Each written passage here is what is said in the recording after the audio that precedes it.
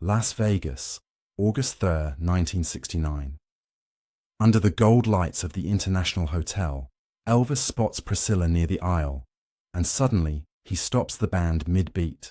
The crowd thinks it's a joke, a show stunt, but when he pulls out a small velvet box, silence falls. He wasn't gifting a diamond. He was gifting a memory that would melt millions of hearts. August 3rd, 1969. Las Vegas International Hotel. 2,000 seats. Gold lights flicker over velvet curtains. The air smells of perfume, sweat, and electricity. The comeback shows are sold out every night, but tonight feels different.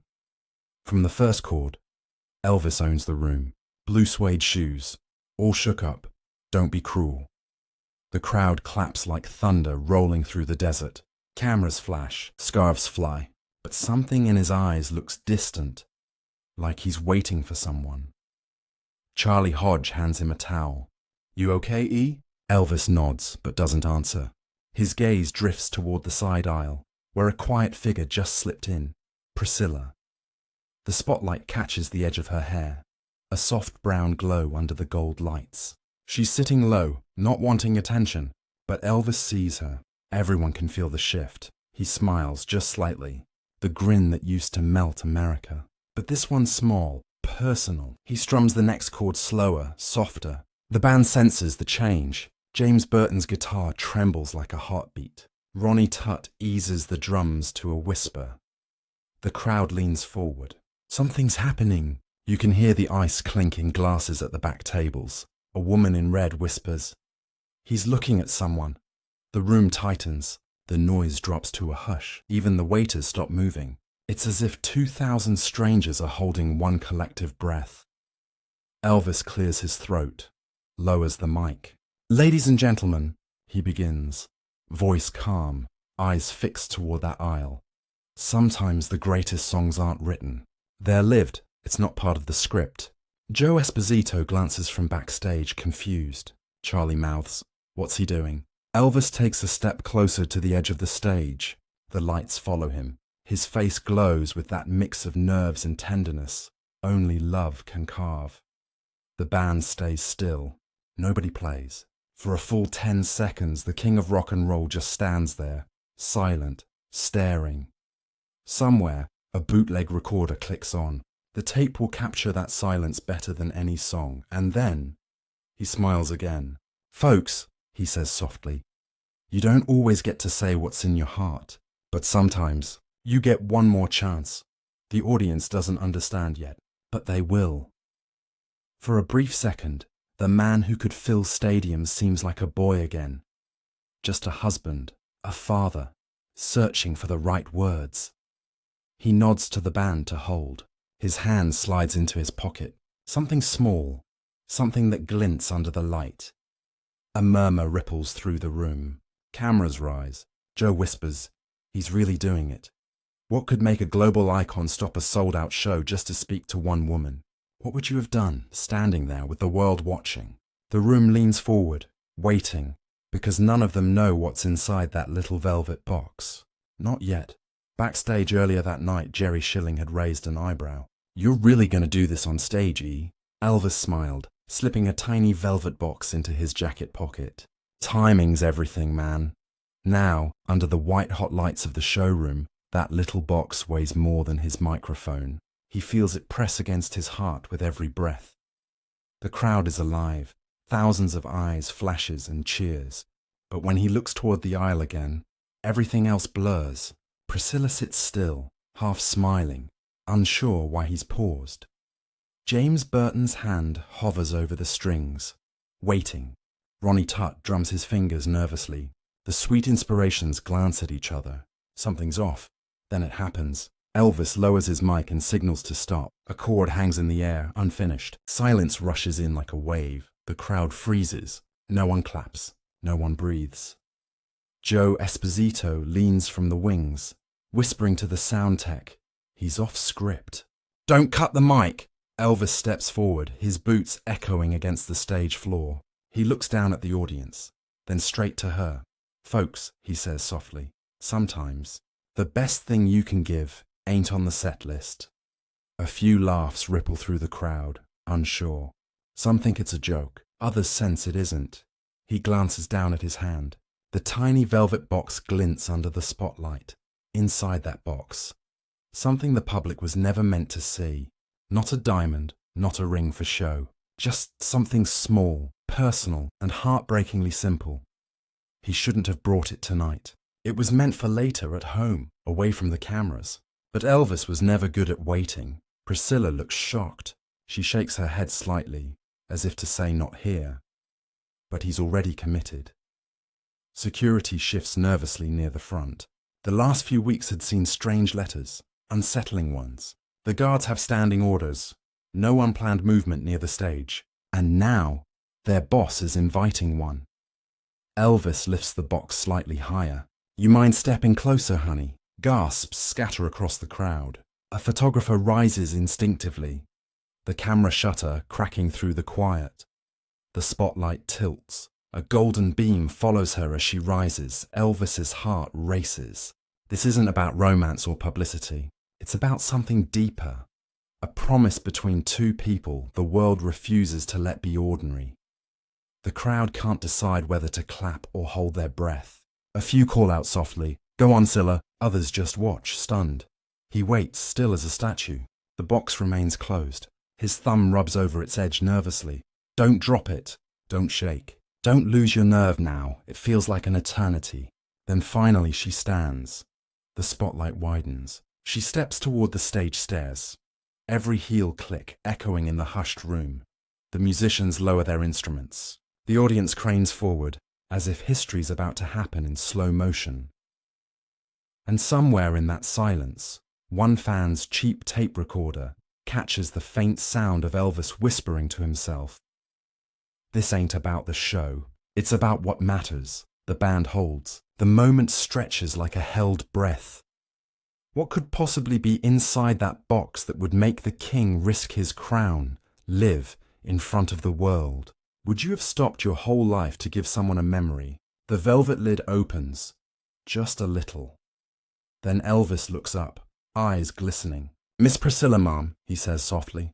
"Would you join me a second?" The audience erupts into a confused mix of cheers and gasps. The cameras flash. The guards hesitate, and she takes the first step toward him. The moment Priscilla moves toward the stage, everything shifts. Security stiffens instantly. Two men in black suits step closer to the barricade, one hand near his radio, the other ready to block anyone who moves too fast. The band freezes mid-note. Even the spotlight hesitates, caught between wonder and protocol. Elvis doesn't flinch. He raises one hand slightly, a small gesture that means stand down.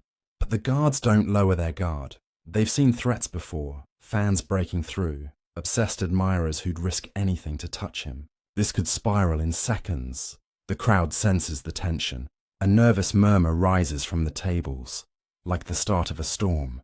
Someone shouts, "Let her through!" Another voice answers, "Stay back." Elvis keeps his eyes locked on Priscilla. Every step she takes feels like a battle between two worlds.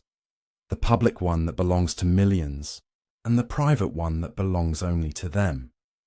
Joe Esposito whispers to the band, "If he loses the room now, it's over."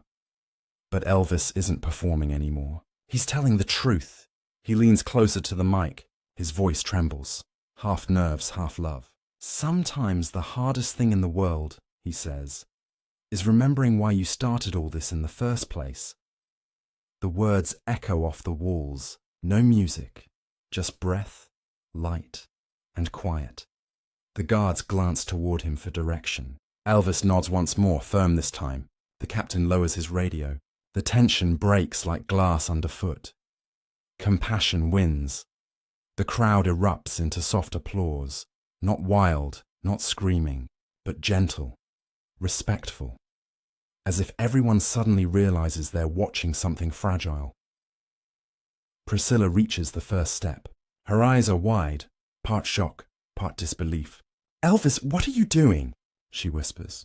He smiles faintly. "Just something I should have done long ago." He extends his hand. She hesitates, then takes it. Her fingers tremble in his. He helps her up, slow and steady. The spotlight brightens. catching the tiny box still in his left hand. To the crowd, it looks like a proposal, but to him, it's something else entirely. He turns to face her, still holding her hand. The audience goes silent again. No one dares to interrupt. The air feels heavy, filled with all the years of love, distance, and unspoken things between them. Joe, watching from the wings, whispers. He's walking a tightrope. If Elvis mishandles this, headlines will call it a stunt. If he stays silent, they'll call it regret. If he says the wrong thing, it'll become gossip. But he doesn't care anymore. He's not thinking about reporters or ratings. He's thinking about his little girl back in Memphis, about nights on the road when her tiny voice over the phone kept him sane, about how many times Priscilla carried that weight alone. He takes a breath. "Y'all," he says softly, turning to the crowd. "This woman right here has done something most folks can't even imagine." The audience listens, motionless. "She's raised our little girl with love and grace, while I was out here chasing dreams. So tonight," he lifts the box slightly, "tonight's not about Elvis Presley. It's about saying thank you to the mother of my child." A single gasp ripples across the room. No flashbulbs, no movement, just that. Security steps back. They understand now. Elvis opens the box slowly, but not yet enough to reveal what's inside. The crowd leans in again. The cameras click once, twice, then fall silent. Priscilla's eyes fill with tears. He whispers, "You don't gotta say anything, honey. Just take it, so you'll always have her close." Her lips part, but no sound comes out. She looks down, hands shaking. The crowd is completely still. It's no longer a concert. It's a confession. And for one breathless moment, even Las Vegas forgets its noise. Have you ever risked everything just to be understood by one person? Would you have done what he did if the world was watching? Elvis looks at her, heart pounding, waiting for her to open the box. He knows this moment could end everything or heal it forever. She looks back at him, and then she reaches for it. Priscilla's hand hovers over the box. The whole room holds its breath. One wrong move, and the illusion of the king, the untouchable icon, could crumble in front of 2,000 witnesses. Elvis takes a half step closer. "It's all right, honey," he says quietly, just enough for her to hear. "It's for you, but it's really for her." The crowd doesn't understand. Not yet. Then he opens the box. Inside, no diamond, no gold, just a small silver locket, engraved with 3 letters. LMP inside it, folded so tiny it looks like a secret, is a photo of Lisa Marie, just a baby, barely a year old, cheeks soft as light. The audience gasps, but softly this time. It's not the gasp of spectacle, it's recognition. Every parent in the room feels it. Every person who ever missed someone feels it. Elvis smiles gently. "So you'll always have her close," he whispers. For a heartbeat, even the microphones seem to hum with emotion. Priscilla covers her mouth. Her mascara smudges under the hot lights. She's not the poised wife of a superstar right now.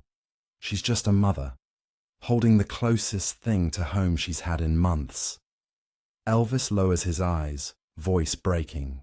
"I ain't always been the best at saying things, but I want you to know, this..." He gestures to the crowd, the band, the stage lights.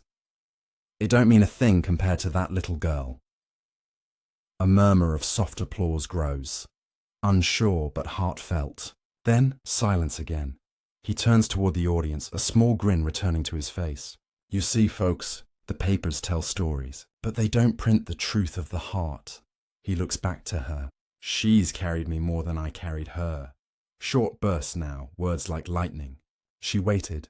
She prayed. She forgave. Each one hits like a drumbeat.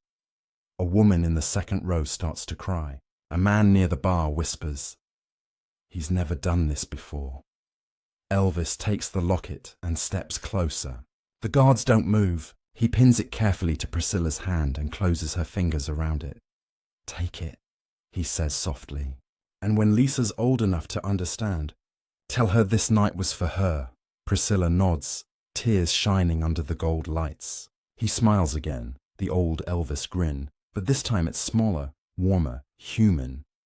The band, unsure what to do, holds still. Then, as if by instinct, James Burton plucks a quiet note. A chord from Can't Help Falling in Love. Elvis turns to the mic, still holding Priscilla's hand. He sings just one line, "Take my hand." Then he stops. He doesn't finish the lyric. The crowd stirs, waiting, but he just looks at her, smiling through the silence. He shakes his head slightly. Some songs don't need ending, baby. That's when it happens. A woman in row G tosses a white gardenia toward the stage. It floats like a snowflake under the light and lands at Priscilla's feet. Elvis bends down, picks it up gently, and pins it in her hair. The crowd erupts. Cheers, applause, whistles. It's not just a concert anymore. It's communion. Every person in that room feels like they witnessed something sacred, something they weren't supposed to see, but will never forget. A single flashbulb pops, freezing the image forever. Elvis, smiling faintly. Priscilla crying softly. A white flower in her hair and a silver locket catching the stage glow. Have you ever been given something priceless that cost almost nothing? What memory would you give if you could stop time for someone you love? The audience stands. Some clap. Some just cry. Elvis turns back to the mic. "All right, fellas," he says, voice barely steady. "Let's take it home." But no one in that room will ever forget the song he didn't finish. For a moment, Las Vegas forgets it's Las Vegas.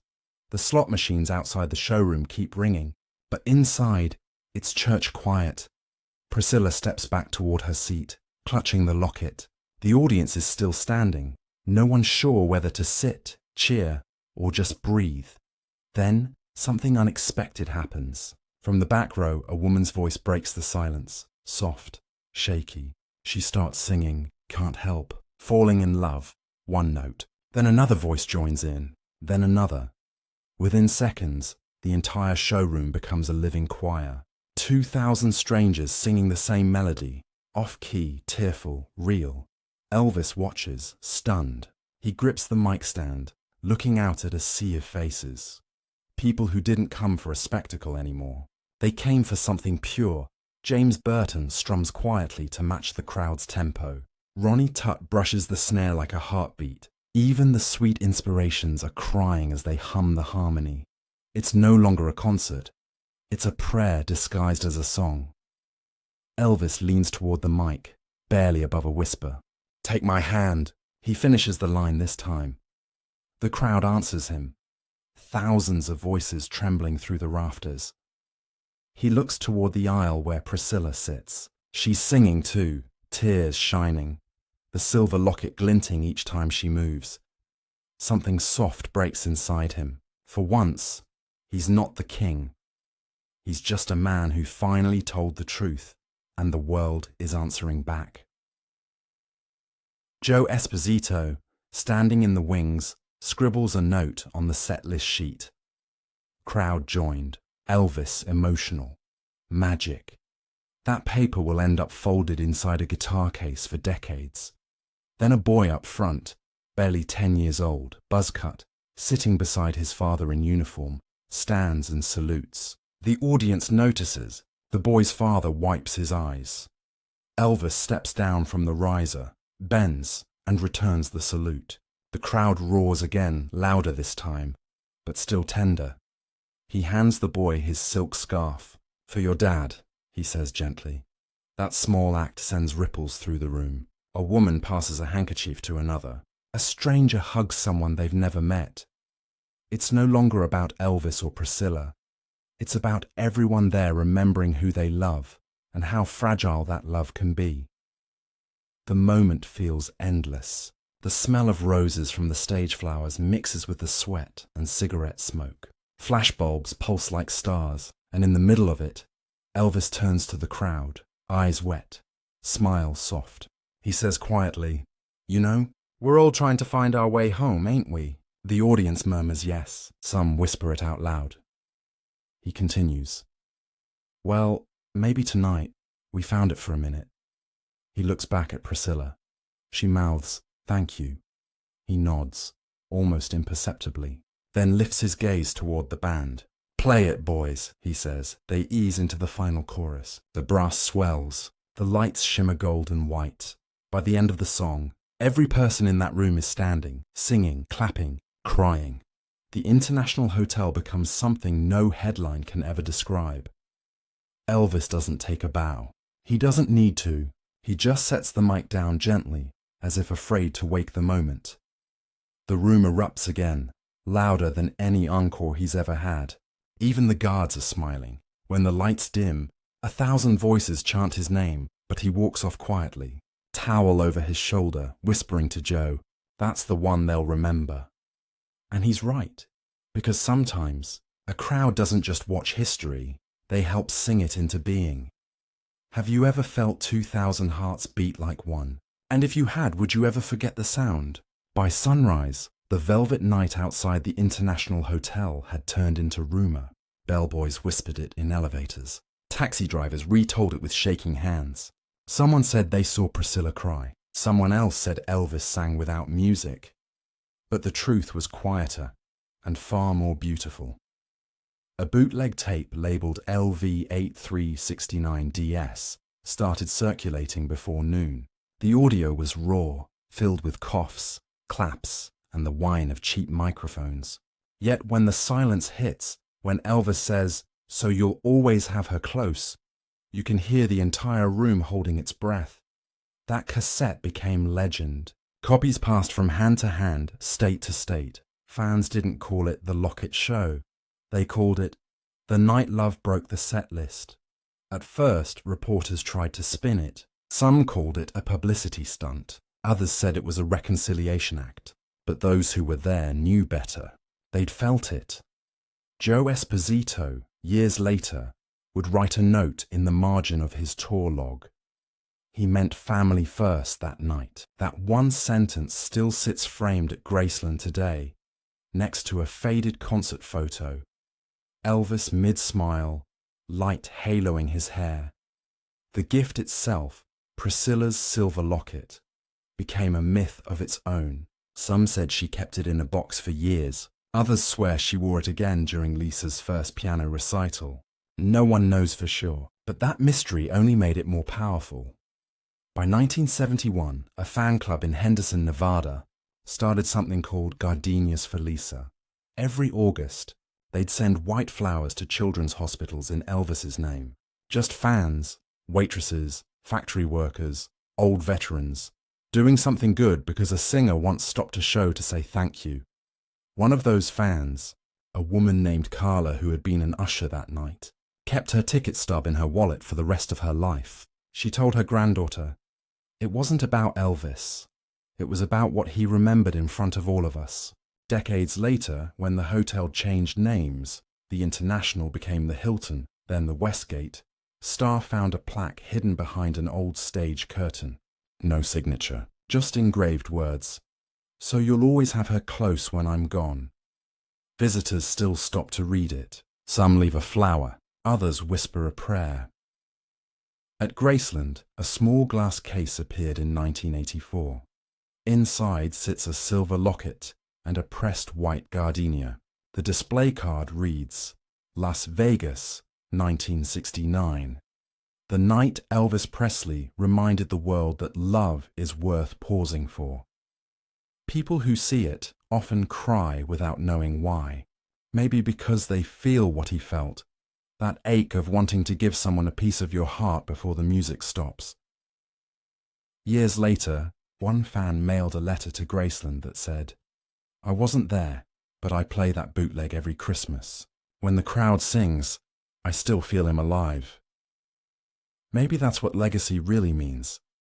Something that keeps breathing, long after the voice is gone. Have you ever done one small thing that grew bigger than you ever planned?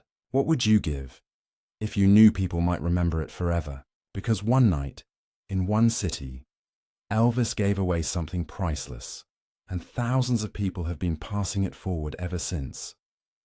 Years passed, stages changed, the cheers faded into static and memory, but that one night in Las Vegas never really ended. It just kept echoing.